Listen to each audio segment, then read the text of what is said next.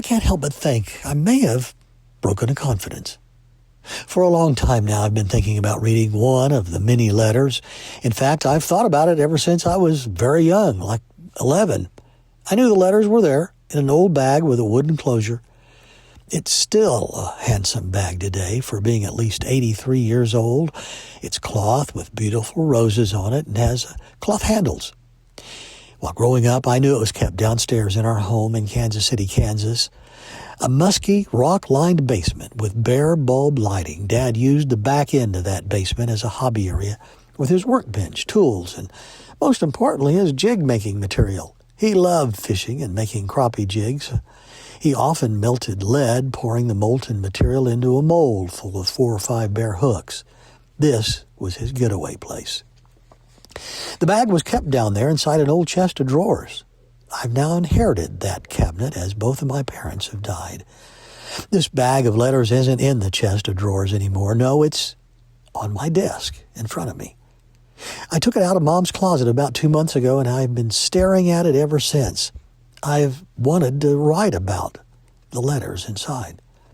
I'm sure you've already guessed that these letters are their letters. They're love letters. And yes, I read one. One from right smack dab in the middle of the bag. I read one, and I'm not sorry. I believe my dad had one time told me about them when I was hanging around him while he was making jigs. I vaguely remember sneaking back downstairs by myself to read a letter or two. I only read them because I felt it was forbidden, and, well, no one ever told me it was. I only read a paragraph or so. I had little interest in them, to tell you the truth, other than the feeling I was getting away with something. There was nothing good in them but a bunch of lovey-dovey stuff, and ain't nobody got time for that, especially when you're 11. I just wasn't interested. Now that they're gone, I miss them, and I'm interested. You see, they loved each other like no other two people ever loved each other before. They held that bond for each other for 77 years. I can still see Dad coming home at night, Mom meeting him at the front door with a passionate hug and kiss. They married young during the war. She was 15, he was 18.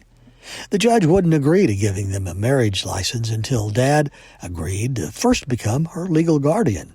He quickly agreed to that. The letter I read just now was written by Dad on a Sunday night, February 26, 1945, 11 p.m. He was stationed in a lighthouse off Long Island, New York, and Oyster Bay in Cold Spring Harbor. Huntington was the closest town. That's where the two were married, in fact, 2 months, 2 days later, April 28, 1945. Dad had sufficiently recuperated from a shrapnel wound received while serving aboard a Coast Guard destroyer. After a German bomber had attacked his ship, he was reassigned to the lighthouse following that. Mom lived in Kansas City, Missouri at the time of the letter. There's a part in the letter about cleaning the light, I assume the lantern atop the lighthouse. There's a part about making sandwiches for dinner and taking a good bath.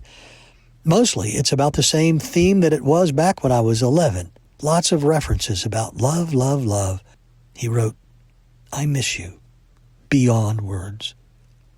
You see, it's the same stuff as it was way back when it was meaningless to me. Now it has meaning. I miss them both terribly. I miss them beyond words. That's my take on it. For Paragon Communications, I'm Paul Joseph.